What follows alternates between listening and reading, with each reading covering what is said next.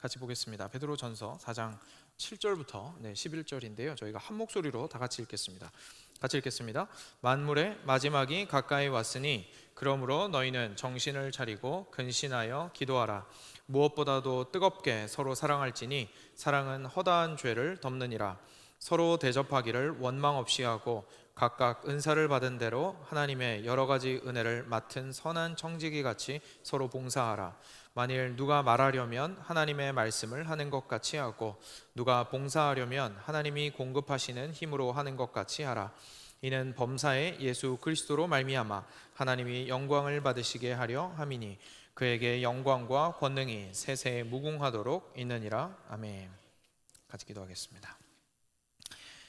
각각 은사를 받은 대로 하나님의 여러 가지 은혜를 맡은 선한 청지기 같이 서로 봉사하라. 사랑하는 주님, 주님께서 우리를 교회로 불러주셨습니다. 그리고 이 안에서 서로 사랑으로 서로 봉사하도록 하셨습니다.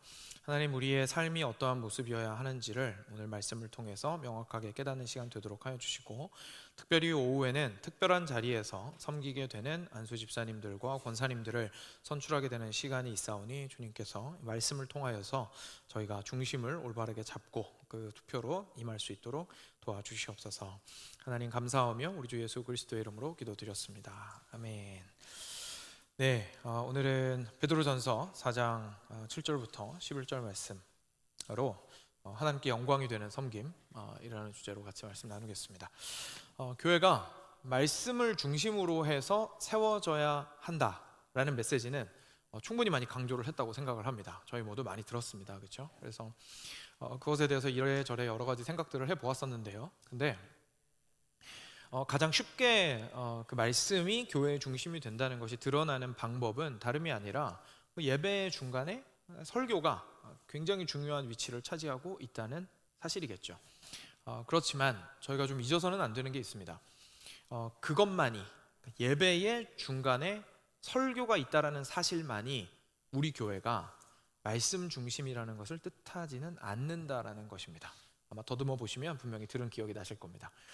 우리가 정말로 말씀 중심이려면 개인적인 삶이든 교회로서 공동체로서의 삶이든 우리는 말씀의 다스림을 받아야 합니다. 말씀의 다스림을 받아야 합니다. 그 말은 뒤집어 말하면 무슨 말이냐면요, 우리가 살아갈 때 결국은 다스림을 누구한테서 받고 있느냐가 드러나는 것은 선택할 때입니다. 그렇죠? 선택하고 그리고 어떠한 길들을 결정하고 그리고 어떻게 상황을 판단하고 파악하고 진단하는가, 그런 일들이 있을 때에 주로 저희들이 누구의 다스림을 받아서 무슨 기준을 가지고 있는지가 그럴 때 드러나게 됩니다. 우리가 하나님의 통치를 받고 있다, 하나님의 말씀의 통치를 받고 있다란다면 우리는 결국 뭘 해야 하는 거냐면 결정하고 그리고 무언가를 선택해야 할 때마다 하나님의 말씀으로 돌아가야 한다라는 것을 의미하겠죠. 그게 이제 실질적으로 하나님의 말씀에 다스림을 받는다라는 뜻일 겁니다. 그냥 마음에 감동이 된다거나 우리 교회, 내가 다니는 교회는 중심에 굉장히 긴 시간 동안 설교가 있다거나 하는 것만을 의미하지 않는 것이죠. 오늘 오후에는 중요한 저희가 순서가 있죠. 안수 집사와 권사를 선출하는 시간이 있습니다. 그런데 저희가 의대 한국교회가 해왔던 일이기 때문에, 물론 다른 교회들도 마찬가지입니다만 해왔던 일이기 때문에 그냥 뭐 시즌이 되면, 그리고 때가 되면, 또는 그 내용으로 들어가 보자면 일할 사람이 부족하니까 일할 사람을 뽑기 위해서 뭐 그냥 당연히 해야 하는 일이겠거니, 그리고 현대 민주주의 사회에서는 뭔가 누군가를 뽑으려면 뭐 투표를 하니까 투표를 하겠거니라고 저희가 생각할 수 있습니다.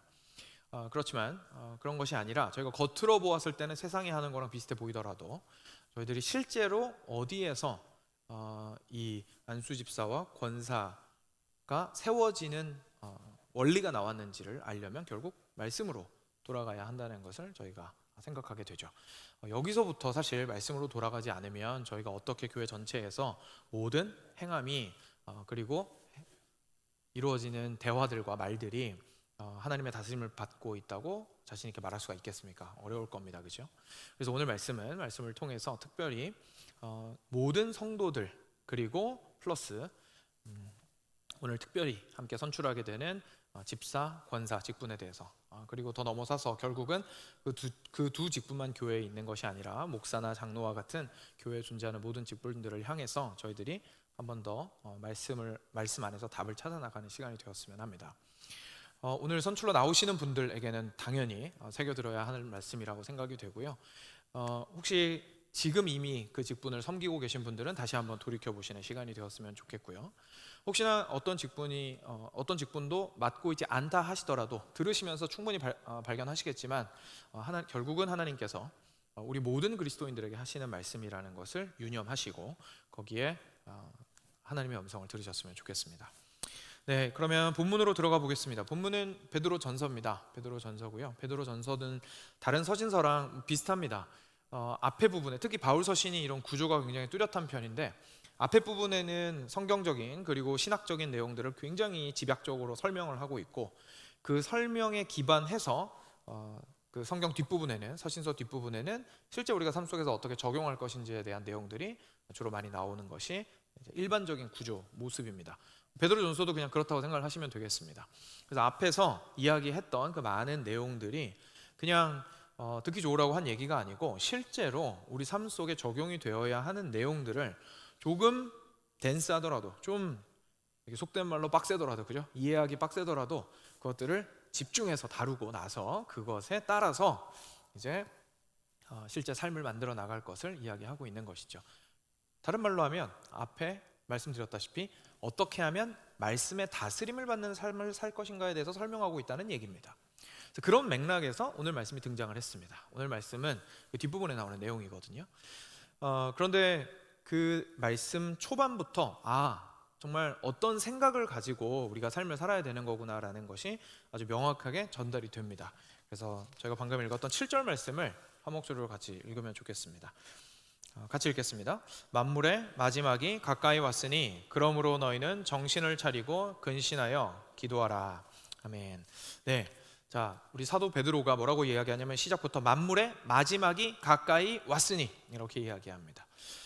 지금 우리가 말씀에 근거해서 그리스도인으로서 우리가 살아가고 있는 이 시대가 어떤 시대인지를 지금 이야기해주고 있는 거죠.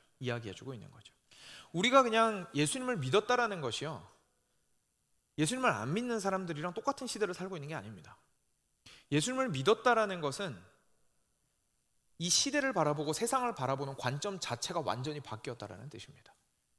그렇기 때문에 같은 공간에서 같은 시간을 보내면서 함께 살아가겠지만 예수님께 속한 사람과 예수님께 속하지 않은 사람의 삶의 형태는 완전히 달라질 수밖에 없는데, 삶의 형태가 완전히 달라지는 것은 그냥 단순하게 더 도덕적으로 뛰어나서라던가 아니면 옳고 그름에 대한 기준이 달라서가 아니라 세상에 대한 이해 자체가 다르기 때문에 그렇습니다.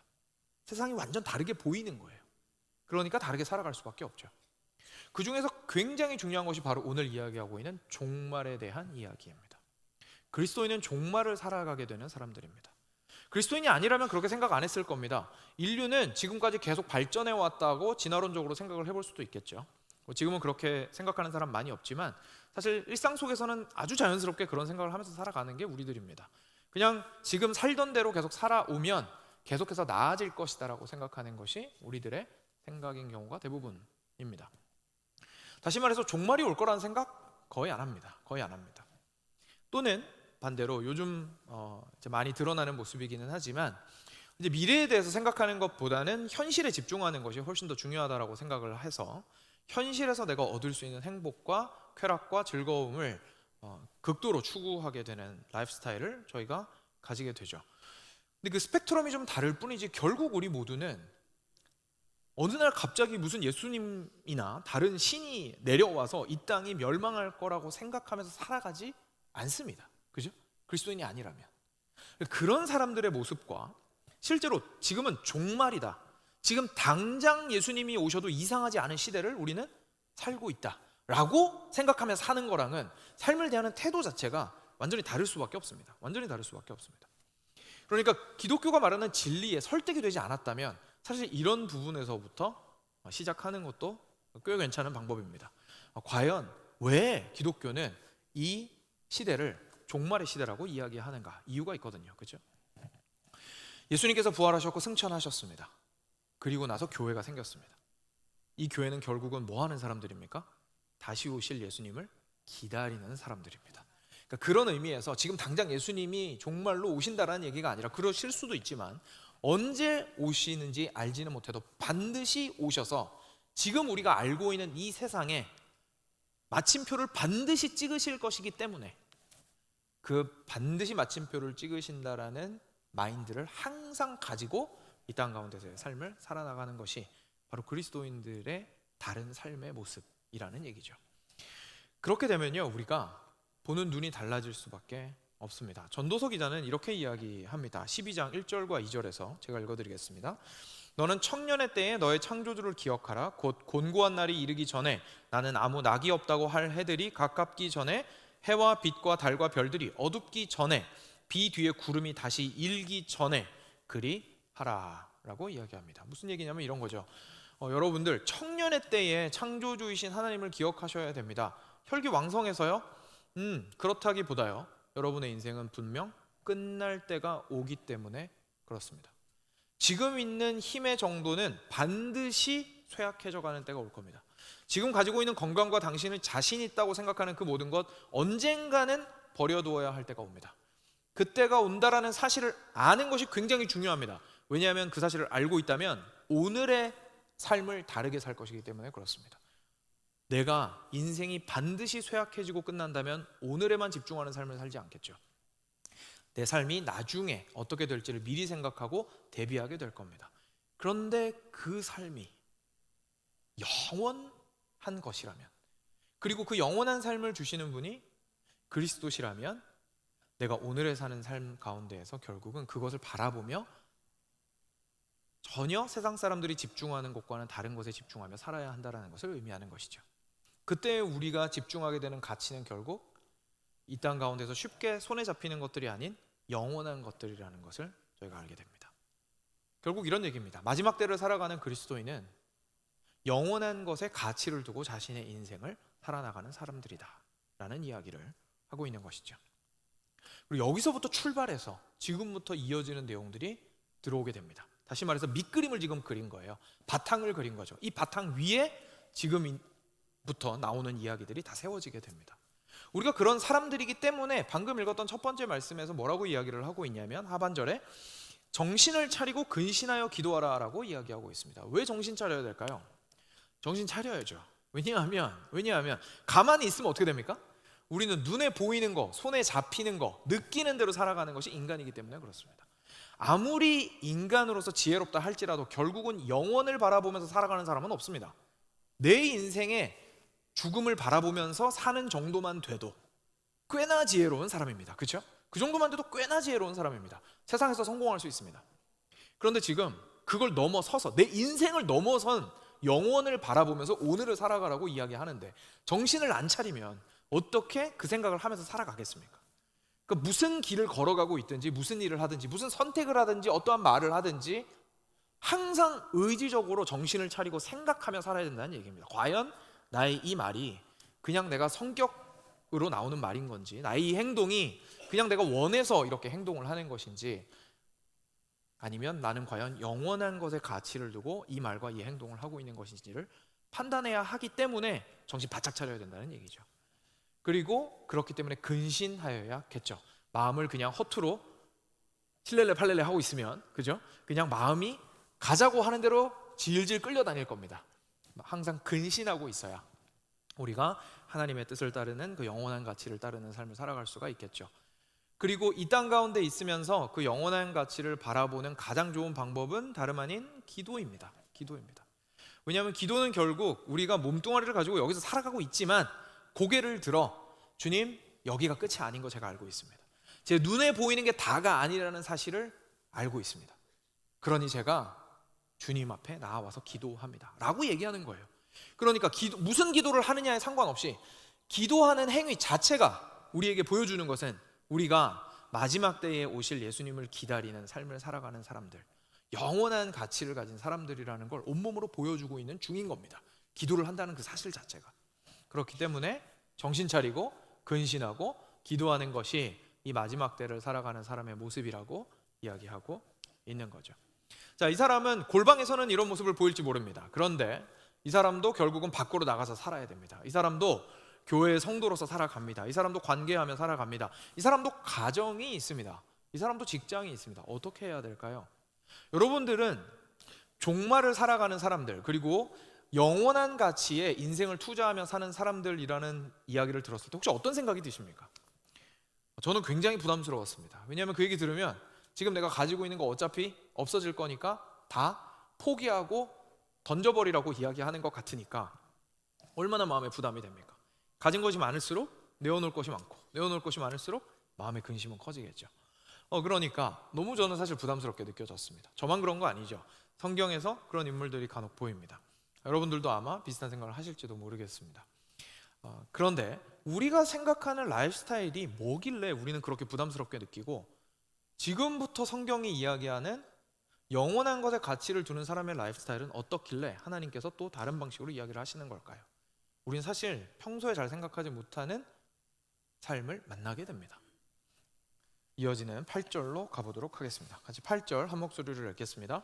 무엇보다도 뜨겁게 서로 사랑할지니 사랑은 허다한 죄를 덮느니라. 아멘. 사랑하는 여러분, 마지막 때를 살아가는 성도에게 주어진 제1명령은 바로 뜨겁게 서로 사랑하는 것입니다.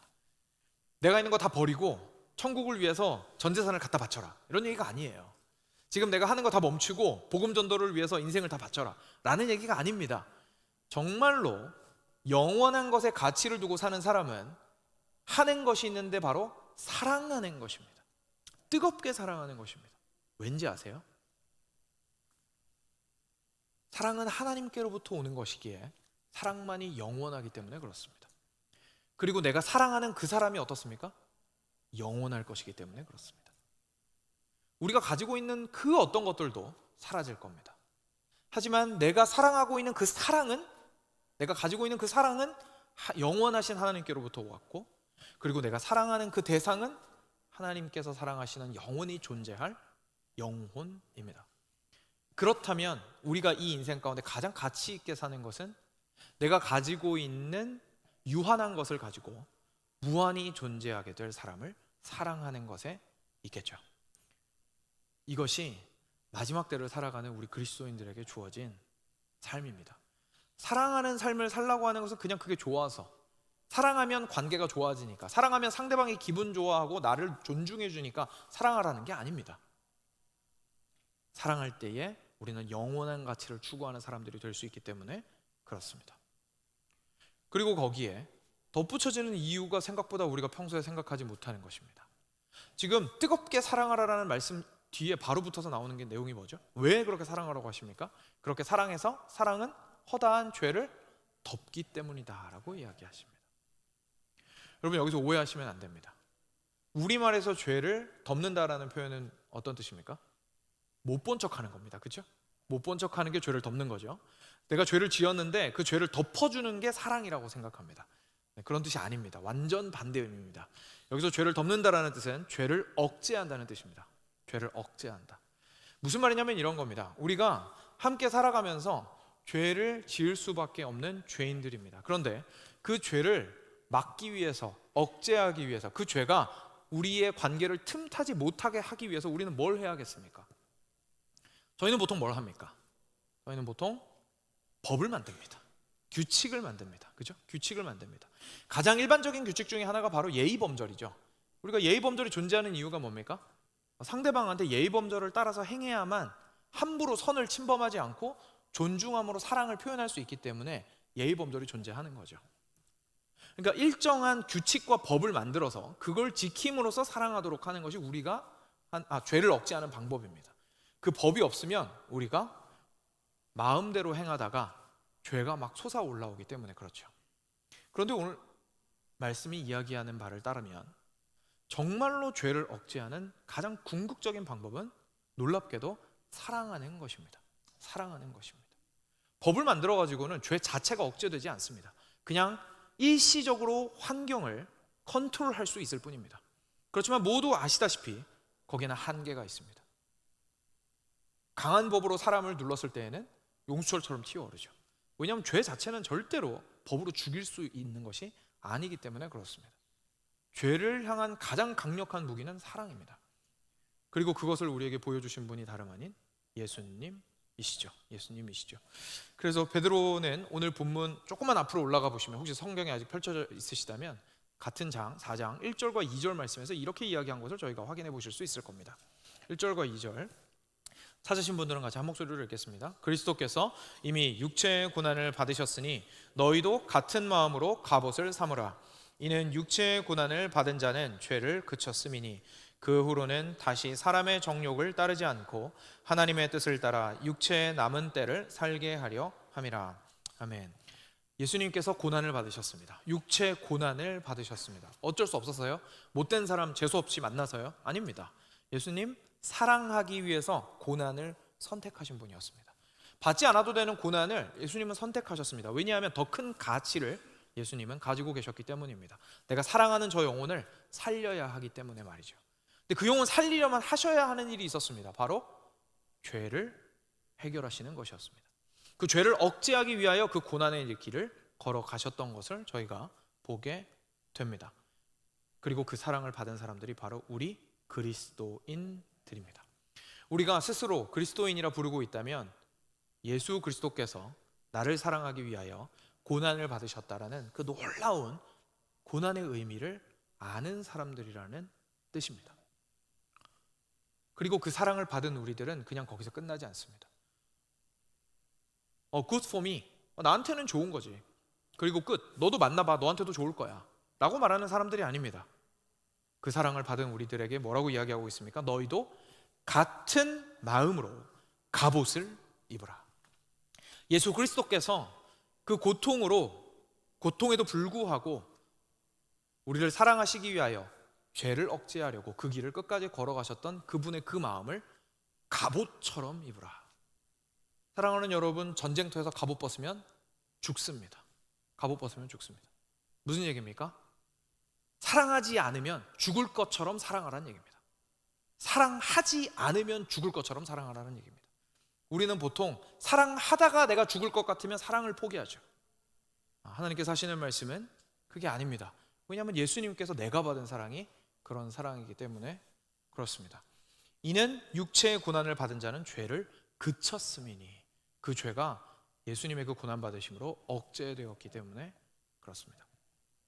그 후로는 다시 사람의 정욕을 따르지 않고 하나님의 뜻을 따라 육체의 남은 때를 살게 하려 하심이라. 이제는 예수 그리스도 안에서 육체를 따라 사는 것이 아니라 하나님의 뜻을 따라 사는 사람이 되었죠. 그 죄가 해결되었기 때문입니다. 사랑하는 여러분, 그것이 바로 오늘 본문으로 돌아오자면 우리에게 주어진 삶의 모습이라는 얘기입니다. 우리가 마지막 때를 살아가는 사람이라는 뜻은, 그리고 영원한 것에 가치를 둔다는 뜻은 우리가 그 어떤 것에도 불구하고 사랑하며 그 사랑을 통하여 우리 가운데 존재하는 죄를 억제하는 사람들이 되고자 한다는 뜻인 것을 저희가 기억할 필요가 있습니다. 자, 이제 그 다음 구절로 넘어가겠습니다. 9절입니다. 9절 말씀 같이 한 목소리로 읽겠습니다. 서로 대접하기를 원망 없이 하고. 네, 굉장히 짧은 말씀입니다. 근데 혹시 여러분 이런 생각 해보셨어요? 아니, 뭐 대접하는 게 대수라고 이걸 이렇게 성경에 써놨나? 그렇지 않나요? 여러분들은 대접을 잘 하십니까? 아마 그런 분들도 있으실 거고, 그런 생각조차 못 해본 분들도 있을 겁니다. 그렇죠? 아니, 뭐 사람이 살아가는데 그냥 평소에 잘하면서 살면 되지 굳이 뭐 대접을 해야 되나? 그죠? 그렇잖아요. 그것이 저희한테 필수인 것은 아닙니다. 그런데 놀랍게도 성경이 지금 우리한테 이야기해주고 있습니다. 그리스도인이라면 대접하라는 거예요. 물론 대접하라는 말이 저희가 거창하게 생각하면 집으로 초대해서 밥 해주고 정말 대단한 대접을 해주는 거라고 생각할 수 있을 겁니다. 사실 여기서 말하는 대접은 말 그대로 모든 섬김을 의미하겠죠. 다시 말해서 상대방 중심으로 내가 가지고 있는 것을 허비하라라는 뜻입니다. 상대방을 위하여 내가 가지고 있는 재화를 사용하여서 그의 유익을 구하라라는 뜻이죠. 그것이 어떻게 행동으로 드러나냐면 결국 대접함으로 드러나는 거죠. 그죠? 가난한 가운데 있는 이에게, 아픔 가운데 있는 이에게, 외로움 가운데 있는 이들에게 먼저 다가가서 베푸는 대접들이 거기에서 일어나게 되는 거죠. 왜 갑자기 이 얘기를 하셨을까요? 왜냐하면 대접은 사랑해야 가능한 것이기 때문에 그렇습니다. 우리는 사랑하라고 부름받았습니다. 그리고 그 사랑은 반드시 행동으로 드러나야 합니다. 행동으로 드러나는 사랑은 다른 사람을 위한 섬김으로 드러나게 됩니다. 여러분, 우리는 상대방을 정말 순수하게 사랑해야만 섬길 수 있습니다. 상대방을 순수하게 생각하지 않고 섬길 때에 우리는 우리의 마음 가운데 일어나는 소용돌이를 누구보다 잘 알고 있습니다. 그 소용돌이를 보고 지금 여기서 하반절에 뭐라고 이야기합니까? 서로 원망이 없이 하여라 라고 이야기합니다. 섬겼는데 원망이 마음에 가득 차요. 난 분명히 좋은 일을 했거든요. 대접을 했어요. 근데 속이 서럽고 서운해요. 왜일까요? 사랑함으로 하지 않았기 때문입니다. 사랑함으로 하지 않았기 때문입니다.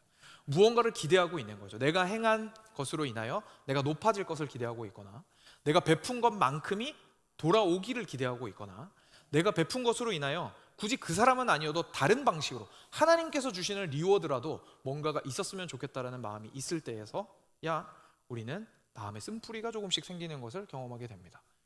정말 상대방을 사랑해서 섬기고 있다면 그 마음의 소용돌이는 없겠죠.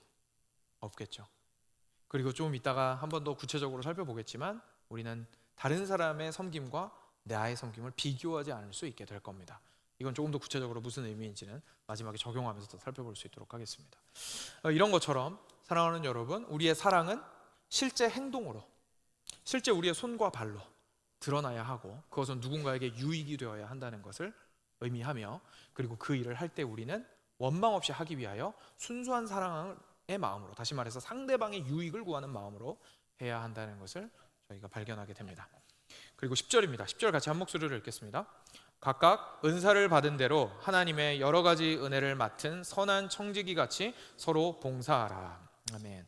자, 이제 조금씩 우리 오늘의 주제에 더 가까워지고 있습니다. 하나님께서는 우리에게 다양한 은사를 주셨습니다. 그래서 각각 받은 은사를 받은 대로 하나님의 여러 가지 은혜를 맡은 선한 청지기 같이 서로 봉사하십시오. 그게 마지막 때를 살아가는 영원한 가치를 추구하는 사람들의 라이프 스타일입니다 라고 이야기하고 있습니다. 여러분, 우리는 은사라는 표현을 들으면 이렇게 생각을 할 때가 참 많이 있습니다. 뭔가 굉장히 특별한 것, 그죠? 굉장히 사람들의 눈에 보기에 범상치 않은 것에 대해서 생각할 때가 참 많이 있습니다. 그게 막 초자연적인 것일 경우가 많고요. 그렇지 않다 하더라도 적어도 남이랑 비교해서 어디 가서 뒤지지 않을 정도의 뛰어남을 가지고 있어야 하고, 사람들에게 인정받을 수 있을 정도의 뛰어남이 있는 것에 대해서 우리는 은사라고 이야기합니다. 그래서 얘기하죠. 저는 은사가 없는데요. 그죠? 은사가 없는데요. 자, 여기서 말씀하시는 건 그런 얘기가 아닙니다. 은사가 무엇인지는 은사라는 단어 자체에 실마리가 있습니다. 은사 무슨 뜻입니까? 은혜로 받은 것이란 얘기입니다. 은혜로 받은 것이란 얘기입니다. 무슨 말입니까? 내 거가 아니란 얘기입니다. 지금 오늘 말씀이 하고 있으신 말씀은 이겁니다. 여러분들은 그리스도께로 구원받은 자들입니다. 이제 여러분들의 삶 자체가 아예 바뀌어버렸습니다. 가치관이 바뀌었습니다. 그 중에 하나가 뭐가 있냐면 여러분의 존재 자체가 바뀐 것인데, 이제까지는 여러분들이 열심히 일해서 얻은 것으로 내가 누린다고 생각을 하셨을 겁니다. 그런데 아닙니다. 지금부터 여러분들이 가지고 있는 것이 무엇이든 상관없이, 그리고 얼마나 가지고 있든지 상관없이, 여러분이 무언가를 가지고 있다면 그것은 하나님으로부터 온 것입니다 라고 이야기하시는 겁니다. 그게 은사라는 뜻입니다. 그러니 우리가 현재 가지고 있는 상황도 은사입니다. 물음표가 막 수천 개 생기시죠? 이게 그죠? 네, 그게 하나님의 은사입니다. 하나님께서 허락하신 환경입니다. 이 사람이, 물음표가 막 수천 개 생기죠? 네, 그 사람이 하나님께서 은사로 주신 사람입니다. 지금 현재 내가 가지고 있는 능력과 내가 할 수 있는 수준이 저기 있는 저 사람과 비교했을 때는 너무너무 보잘것없고 아무것도 아닌데, 네, 그것을 주신 분이 하나님이십니다. 모든 것들을 주신 분이 하나님이시라는 것이 여기에서의 포인트입니다. 그리고 그 하나님이 주셨기에 모든 것은 은혜입니다. 우리가 이해할 수 없고 심지어 수용하기 힘들지라도 말이죠. 이 사실을 기억하는 사람은 삶을 대하는 태도가 완전히 뒤집히게 됩니다. 완전히 뒤집히게 되죠. 천동설을 지지하던 사람들이 지동설로 바뀌는 거랑 거의 마찬가지인 겁니다. 그죠? 왜냐하면 중심이 바뀌기 때문이죠. 이제는 내가 주인이 아니라 내가 청직이라는 사실을 깨닫습니다. 아, 내가 다 받은 거구나. 그럼 다 받은 것이라면 나한테는 자유는 있습니다. 왜냐하면 청지기에게는 많은 권한이 주어지거든요. 알아서 해도 돼요. 일일이 물어보지 않고 알아서 해도 됩니다. 그러니까 청지기로서 알아서 할 수 있는 권한은 받았는데 변하지 않는 진리가 있으니 뭡니까? 내가 가지고 있는 것 중에 내게 하나도 없다는 거예요. 그러니까 다시 말해서 마지막 날에 주인은 오신다는 얘기입니다. 우리가 주인을 기다리는 삶을 산다라는 뜻은 지금 우리가 맡겨진 삶을 산다는 얘기인 거죠. 찾으러 오실 겁니다. 물어보실 겁니다. 그럼 우리는 얘기할 수 있을 겁니다. 예수님, 이거밖에 안 주셔놓고 뭘 그렇게 많이 바라세요? 예수님 그러시겠죠. 아니, 내 거 그냥 너한테 나눠준 거라니까? 더 달라고 하지 않았어. 가진 걸로 무엇을 했는지 나한테 말해보거라 라고 하실 거라는 얘기입니다. 가진 것으로. 우리의 상황을 누구보다 잘 아시는 분은 오히려 우리가 아니라 하나님이십니다. 내가 뭘 못하는지, 뭐가 부족한지, 뭐 때문에 괴로운지 나보다 더 잘 아시는 분이십니다. 그것을 보시고 딱 주신 만큼 물어보실 겁니다. 그것이 청지기로서의 삶입니다. 오늘 말씀이 선한 청지기가 되라고 이야기하십니다. 그건 또 무슨 말일까요? 우린 보통 선하다 그러면 한국말에 착하다라는 표현이 생각납니다. 착한 청지기 이러면 무슨 뜻이죠? 착해 빠져서 있는 대로 다 퍼주는 청지기, 이렇게 생각을 합니다. 내게 아니니까, 그죠? 다 퍼줘야죠. 그런 뜻이 아닙니다. 선하다라는 것은 그가 그 일에 합당하게 행하다라는 뜻입니다. 청지기가 청지기답다라는 뜻입니다. 여러분, 청지기를 청지기답게 만드는 게 뭡니까? 해프게 쓰는 겁니까? 착해 빠지게 살아가는 겁니까? 아닙니다. 청지기가 선하려면, 청지기가 청지기다우려면 이것이 내 것이 아니기 때문에 오히려 더 책임감을 가지고 맡은 자로서 가진 것을 규모 있게 사용하는 것입니다. 그러니까 착해 빠지라는 얘기가 아니죠. 오히려 지혜로워야죠. 지혜롭게 맡은 것을 사용하는 자가 되라. 그리고 영원한 것이 무엇인지 깨닫고 우리 주인이 원하시는 것은 사랑하기 위하여 흩뿌리는 것이니 나 자신을 위해서 쓰지 말고 사랑하기 위하여 사용하라 라고 하시는 말씀이 바로 선한 청지기, 청지기다운 청지기가 되라는 말씀인 겁니다. 그러고 보니까 이 선한 청지기라는 이 표현 안에 앞에서 살펴본 모든 내용들이 다 통합이 되는 것 같습니다. 이 청지기가 이렇게 선한 사람으로서 청지기다운 인생으로서 살아가려면 결국 어떻게 해야 됩니까? 정신 바짝 차려야죠. 근신하여야죠. 그러면서 기도해야겠죠. 그리고 자기가 가진 것으로 자기 자신을 위하는 것이 아니라 사랑해야 할 겁니다.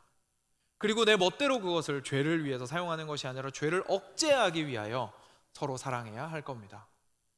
그리고 그것을 가지고 사랑하기 때문에 다른 사람을 위하여 대접하는 데에 인색하지 않아야 할 겁니다.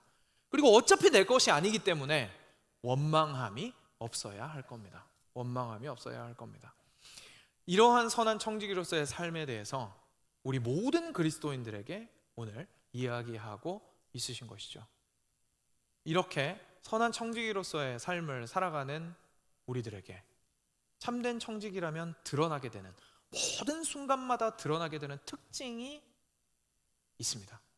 그 두 가지 특징이 바로 그 마지막 11절 전반부에 나오는 내용입니다. 11절 전반부만 같이 읽겠습니다. 만일 누가 말하려면 하나님의 말씀을 하는 것 같이 하고 누가 봉사하려면 하나님이 공급하시는 힘으로 하는 것 같이 하라. 네, 여기까지 보겠습니다. 이 청지기에게는 삶의 특성이 생깁니다. 모든 영역에서 우리는 말과 행동을 하면서 살아갑니다. 근데 어떤 상황에서 누구를 만나든지 우리는 말하는 것이 달라지고 행동하는 것이 달라집니다. 말은 어떻게 달라질까요? 내가 원하는 대로 말하는 것이 아니라 하나님께서 말씀하시듯이 말하게 됩니다. 왜냐하면 내 인생 자체가 누구 거니까요? 하나님에게서 받은 거니까요. 하나님의 것이니까요. 행동도 마찬가지입니다. 내가 잘나서 나의 능력으로 모든 것들을 행해서 내가 취할 것들은 결국은 내 노력으로 얻게 되는 보상이야 라고 생각하며 살지 않습니다. 내가 하는 모든 것들은 하나님의 능력으로 하는 것입니다. 그러면 하나님의 능력으로 내가 하고 있는데 내 마음대로 주장할 수 있습니까? 없죠. 내 마음대로 주장할 수 없고 하나님의 뜻을 따라서 행하게 되어야 될 겁니다. 사회에서도 회사가 투자자들을 모집한 다음에 투자자들에게 투자를 받으면 함부로 회사 경영 못합니다. 그죠? 투자받은 사람들 눈치 봐야죠. 왜냐하면 가지고 있는 돈이, 그 자원이 그들에게서 나왔다라는 사실을 반드시 인정해야 하기 때문에 그렇고, 그 투자한 사람들도 그 방향을 알기 때문에 투자해 준 것이니까요. 우리가 하나님께로부터 모든 것들을 받았다면 하나님의 뜻을 따라 사는 것이 당연하다라는 결론에 도달하게 되는 것이죠. 이것이 우리가 선한 청지기로서 우리 삶을 살아갈 때 우리가 가지고 있는 작은 것들, 그냥 신앙생활의 테두리 안에 들어갈 수 있는 말씀 읽고 기도하고 교회 섬기고 하는 일들에만 해당되는 것이 아니라 모든 삶 전체에 해당된다라는 사실을 우리가 다시 한번 기억하게 됩니다. 이것이 마지막 때를 살아가는 그리스도인의 모습입니다. 만약 그렇다면 여러분, 교회 안에 목사가 있고 장로가 있고 그리고 집사가 있고 권사가 있습니다. 권사 같은 경우에는 집사랑 그냥 같다고 생각을 하시면 되겠습니다.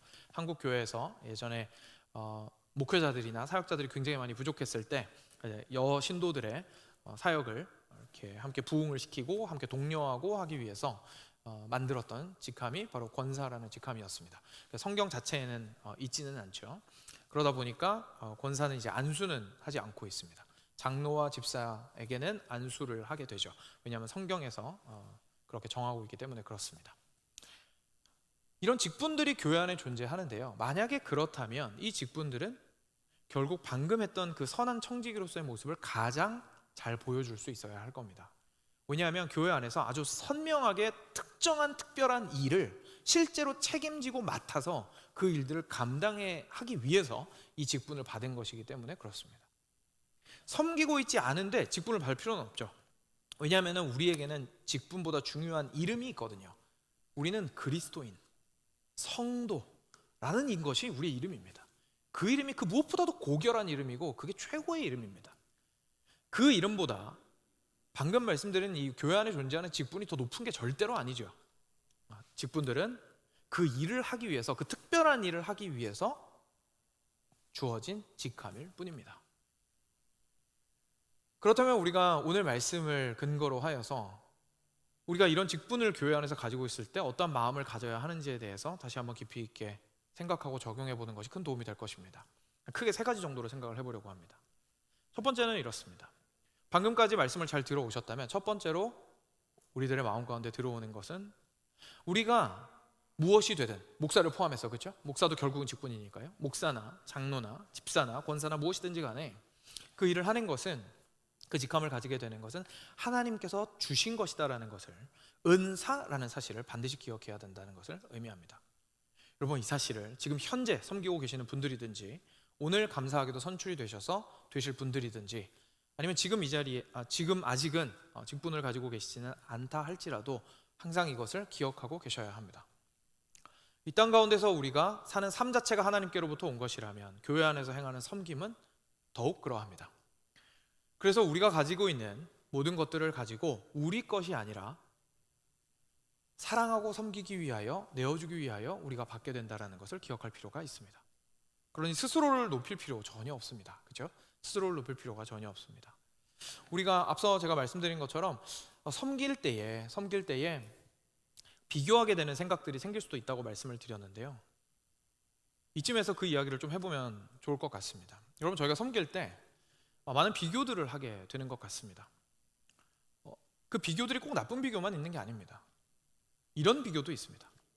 하나님께서 나한테도 이런 성격을 주셨더라면 내가 더 잘할 수 있었을 텐데, 하나님께서 나한테 이 정도의 재물을 주셨으면 나는 저기에 재물이 많은데 마음은 작아 보이는 저 사람보다 훨씬 더 크게 섬길 수 있었을 텐데, 나의 상황을 하나님께서 조금 더 낮게 해주셨다면 나 더 잘 섬길 수 있는데 라고 생각할 수도 있습니다.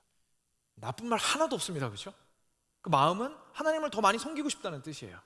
하나님을 더 많이 섬기고 싶다는 뜻이에요. 그리고 그 귀한 마음도 알겠습니다. 그런데 그 마음은 비교하는 마음에서 출발한 것이죠.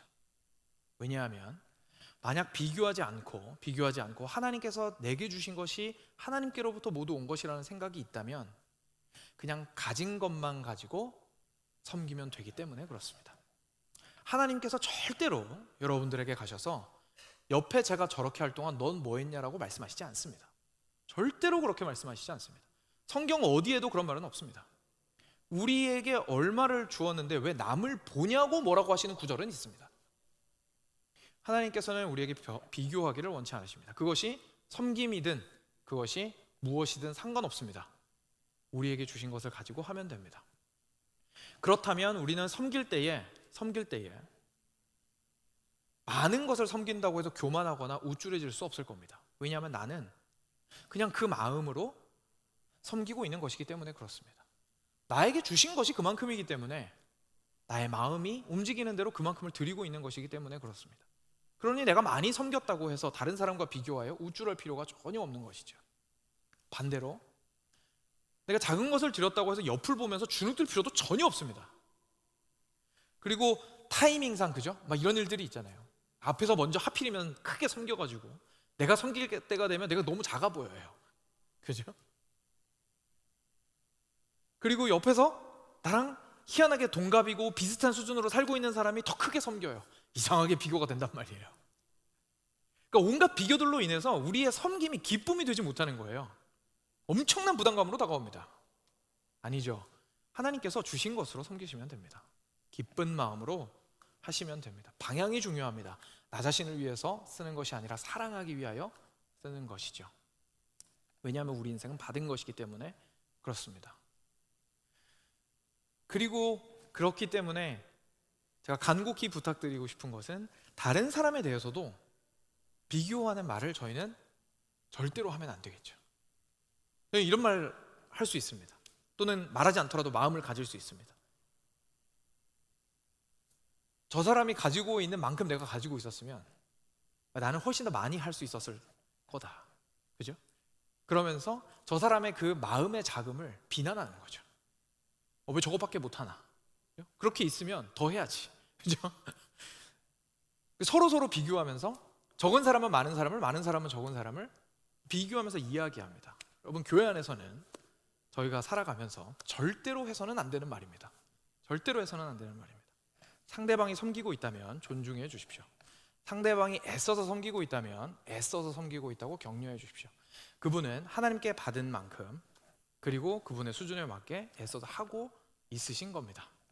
그러니 함께 격려함으로 다 함께 잘합시다라고 말하는 건 괜찮겠지만 그가 충분히 하지 못하다고 비교하면서 깎아내리는 말은 하면 안 되겠죠. 하면 안 되겠죠. 이렇게 우리는 서로를 비교할 필요가 전혀 없습니다. 왜냐하면 하나님께로부터 받은 것이기 때문이죠. 그리고 이제 오늘 있는 집사 그리고 권사 선출에 대해서도 저희가 생각해 볼 것이 있는데, 바로 그렇기 때문에 저희가 우리의 인생을 하나님께로부터 받은 것이고 이 직분도 하나님께로부터 받은 것이기에 우리가 선출이 되든지 선출이 되지 않든지 참 감사할 수 있다라는 사실입니다. 선출이 되신다면 기뻐하셔도 됩니다. 우리나라는 이상하게 자기가 시험 쳐놓고 시험 성적 잘 받아도 기뻐하지 못하는 게 좀 문화인데, 그죠? 안 그러셔도 돼요. 기뻐하셔도 되고, 그리고 자랑스러워 하셔도 됩니다. 왜냐하면 하나님께서 여러분의 어떠함만 보고 주신 것이 아니라 하나님께서 주신 것이기 때문에 그렇습니다. 하나님께 선물로 받은 거니까 기뻐하시면 됩니다. 목사가 목사 된 것을 자랑스러워하지 않는 거 여러분 보기 싫어하실 거 아니에요, 그죠? 다 마찬가지입니다. 자랑스러워하셔도 됩니다. 그런데 교만하실 필요는 없습니다. 그죠? 왜냐하면 그 자리에 서게 된 것이 내가 스스로 잘해서 된 것은 아니기 때문에 그렇습니다. 반대로 혹시나 선출되지 않으시더라도 물론 마음이 언짢거나 좀 불편하실 수도 있겠지만 그러지 않으셨으면 좋겠습니다. 왜냐하면 선한 청지기로서의 삶은요, 우리 모두에게 주어진 겁니다. 절대로 목사, 장로, 집사, 권사에게만 주어진 게 아닙니다. 우리 모두에게 요구되는 삶의 형태입니다. 그럼 왜 이 직분이 있느냐? 특별하게 그 일을 그렇게 섬기기 위해서 이 직분을 받는 겁니다. 그 일을 그렇게 섬기기 위해서. 교회 안에서 각자가 맡은 일들이 있잖아요. 그 일을 하기 위해서 이 직분을 받는 것뿐입니다. 그러니 혹시나 선출되지 않으신다고 해서 그것에 대해서 절대로 자신의 가치가 떨어진다고 생각하실 필요는 없습니다. 모두의 가치는 동일합니다. 왜요? 우리 모두는 그리스도의 이름을 가지고 있는 자들이니까요. 다만 그 자리로 아직은 부름받지 않은 겁니다. 그 자리로. 그래서 그 자리를 섬기는 일이 아니다 뿐이지 여전히 교회는 여러분을 필요로 하고 여전히 여러분은 선한 청지기로서의 책임을 가지고 있습니다. 그리고 거기에서 하나님을 향하여 받은 인생에 대해서 생각하며 위로를 받으셨으면 좋겠습니다. 그래서 우리 모두가 이 진행이 되는 과정이 이제 기쁨의 과정이 되기를 간절히 원합니다. 이것이 우리가 기억해야 되는 첫 번째 부분입니다. 두 번째로 저희가 여기에서 생각할 수 있는 거는요, 바로 우리가 무엇을 위해서 이 직분을 가지게 되냐는 겁니다. 우리는 직분 뽑을 때 이런 얘기 많이 합니다. 일하라고 뽑는 거다. 그죠? 일하라고 권사 뽑는 거다. 일하라고 집사 뽑는 거다. 틀린 말 아닙니다. 맞죠? 실제 일을 해야 되니까요. 맞는 말입니다. 그런데 오늘 우리가 보았던 본문 말씀에 따르면 일하는 것을 위해서 뽑는다라는 말이 충분히 담지 못하는 이야기가 있습니다. 하나님께서 우리한테 일하라고 하지 않으셨습니다. 뭐라고 하셨습니까? 사랑하라고 하셨습니다. 사랑하는 여러분, 하나님께서는 여러분을 사랑하라고 부르신 겁니다. 사랑하라고 부르신 겁니다. 사랑하려면 일해야 됩니다. 사랑 안에 일이 포함됩니다. 그렇죠? 사랑하려면 일을 해야 됩니다. 일을 안 하는데 어떻게 사랑을 하겠습니까? 말로만 사랑한다라고 이야기를 하고 가만히 앉아 있으면, 대접을 받기만 하면 누가 그것을 보고 사랑한다고 알 수가 있겠습니까? 사랑한다면 해야겠죠. 그러니 사랑 안에 일이 포함됩니다. 그렇지만 일 안에 사랑은 포함되지 않습니다. 일 안에 사랑은 포함 안 됩니다. 그렇죠? 포함 안 됩니다. 일은 사랑 없어도 할 수 있습니다. 그러니까 일하라고 뽑는 게 아닌 겁니다. 사랑하라고 뽑는 겁니다. 그래서 일을 통하여 그 사랑을 드러내라고 말씀하시는 것이죠. 그렇기 때문에 이것을 절대로 잊지 않으셨으면 좋겠습니다. 우리가 이 일을 하는 것은 사랑하기 위함입니다. 마지막으로 우리가 기억해야 할 것은 바로 방금 안 읽은 11절 마지막 부분에 나옵니다. 11절 하반절 같이 한 목소리로 읽겠습니다. 이는 범사에 예수 그리스도로 말미암아 하나님이 영광을 받으시게 하려 함이니 그에게 영광과 권능이 세세에 무궁하도록 있느니라. 아멘. 우리는 일을 한다라고 생각하면 일의 성과로 하나님께 영광을 돌려야 된다고 생각합니다. 네, 아니죠. 지금 뭐라고 얘기하십니까? 우리의 삶이 선한 청지기일 때 하나님께 영광이 된다라고 말씀하십니다. 그게 무슨 말이냐면요, 하나님, 다 하나님께로부터 온 거예요. 제가 하고 있는 말과 제가 하는 행동과 모든 것들을 하는 이유와 모든 것들의 동기와 모든 것들의 목적이 하나님을 위한 것입니다 라고 했을 때 하나님께서 맞아, 내가 주인이야, 내가 가진 것을 너에게 주었고 그것을 네가 참 잘 관리하고 있구나, 그것으로 참 잘 사랑하고 있구나, 내가 만들고 싶은 하나님 나라를 네가 조금씩 조금씩 만들어 나가고 있구나 라고 하시며 영광을 받으신다는 얘기입니다. 여러분들의 성과로 하나님께 영광을 돌린다고 생각하지 마십시오. 우리가 목숨을 걸어야 할 것은 사랑입니다. 그리고 사랑에 목숨을 거는 것은 하나님께 영광을 돌리는 최고의 방법입니다. 우리가 사랑했을 때에 하나님은 영광을 받으시게 됩니다. 말씀을 맺겠습니다. 사랑하는 여러분, 섬김은 그리스도인의 DNA입니다. 절대로 선택이 아닙니다. 섬김은 선택이 아닙니다. 우리가 사랑하기 위해 부름받았기 때문에 그렇습니다. 그리고 그것은 우리에게만 주어진 명령이 아니었습니다. 우리의 주인이신 예수님께서 우리를 위해서 그렇게 하셨습니다. 마태복음 20장 28절 이렇게 말합니다. 인자가 온 것은 섬김을 받으려 함이 아니요 도리어 섬기려 하고 자기 목숨을 많은 사람의 대속물로 주려 함이니라. 우리가 무엇으로 살았는지를 기억하십시오. 그렇다면 우리의 인생은 바뀔 수밖에 없게 될 겁니다.